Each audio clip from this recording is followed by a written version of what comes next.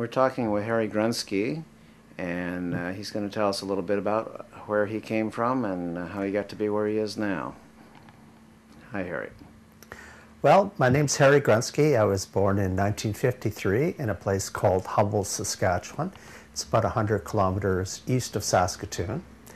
I was raised as a Catholic in a predominantly German Catholic community. I went to Catholic school, went to Catholic church. I was very involved in community organizing in different events. I was involved in the NDP starting in high school. And I was basically in the closet and did not know really anything about gay or homosexuality, although I did have those feelings, I would say, from as young as 10 years old. One of the things about coming from a community like that, people were so uptight they didn't even have the language, so you never even heard the slurs or the hateful things about homosexuals or gays, because people didn't even know that language. It was very very uptight. It was post-war, and it was not a place that particularly in a Catholic community where people talked about sex. So when did you come to Vancouver? Well, I came to Vancouver in 1982, and I moved to Kitsilano, and I moved to, got sublet a place for the summer. A friend of mine who went to university, I stayed at her place. She had to go off and do a practicum for 3 months, so I had a place in Kitsilano, and then I moved over to 4th Avenue between Dunbar and Elma, and I lived above a shop. And I got involved in the NDP locally here, got involved in COPE. I got involved in gay organizations. First gay organization I was involved in here was the Gay Rights Union. When you first got involved, both with COPE and the NDP, did you start out as an openly gay person, and if so, how were you responded to? No, I was gay, and it didn't seem to be an issue. And this would be when? 1982. Yeah. Well, COPE was traditionally much more left-wing. Mm-hmm. So the person was not so big as maybe the liberalism of the NDP of Point Grey. There were a lot of hardcore communists involved. But I think what changed their mind is that I wasn't there just to get a gay agenda, but I was actually there to do work, to organize. But I also did things like, well, with you, we went out and took people out on gay bar tours during election campaigns. And those were some of the most memorable times of my life.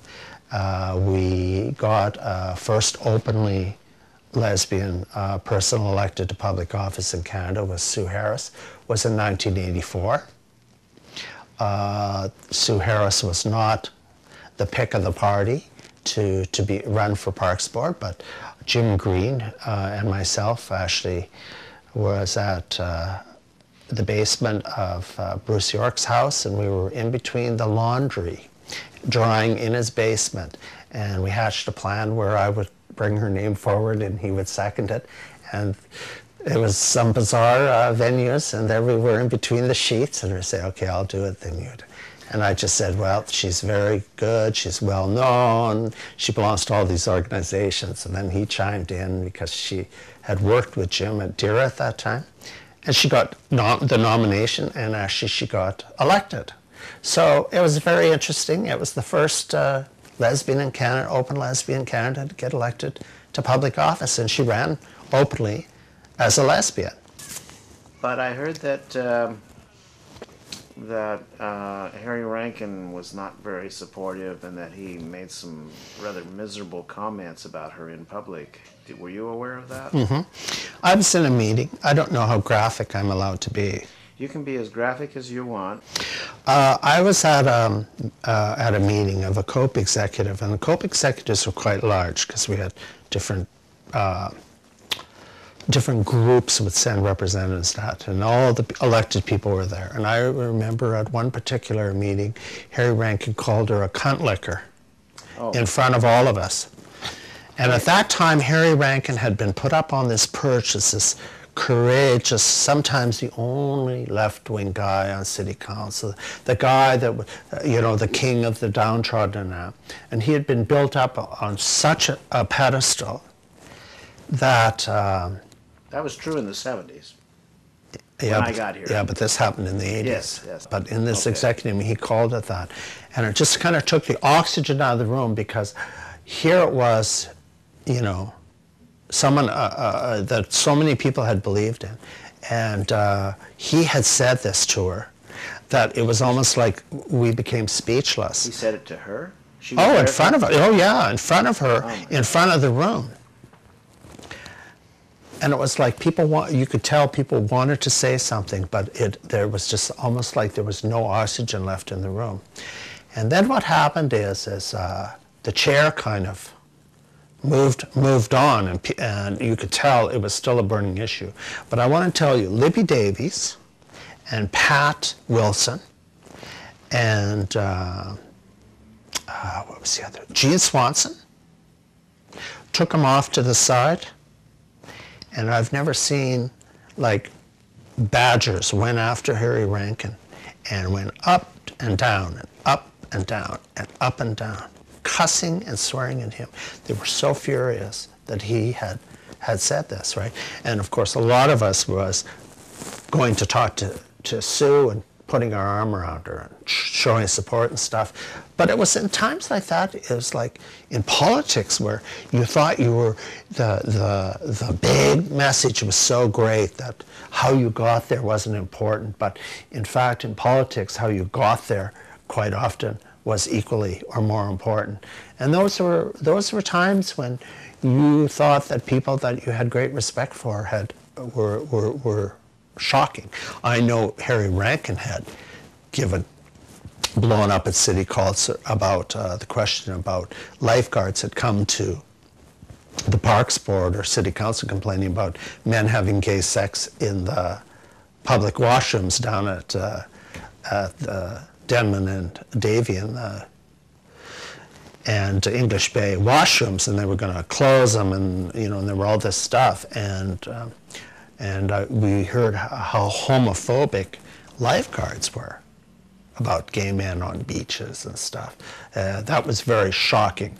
But Harry Rankin had got up and give quite a spew of hatred against gay people.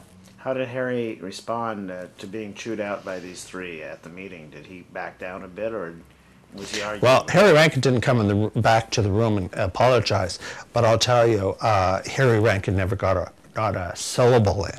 These three women went after him. Mm-hmm.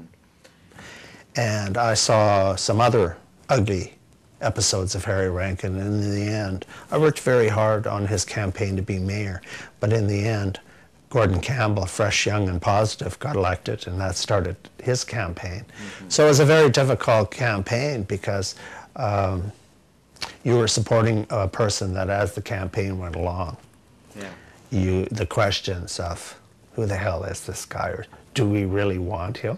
Right. But we got Gordon Campbell, and we know what Gordon Campbell turned out to be.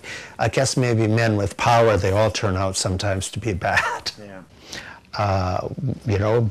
Gay bar tours. I have to tell you, in 1984, we went on a gay bar tour with Margaret Mitchell.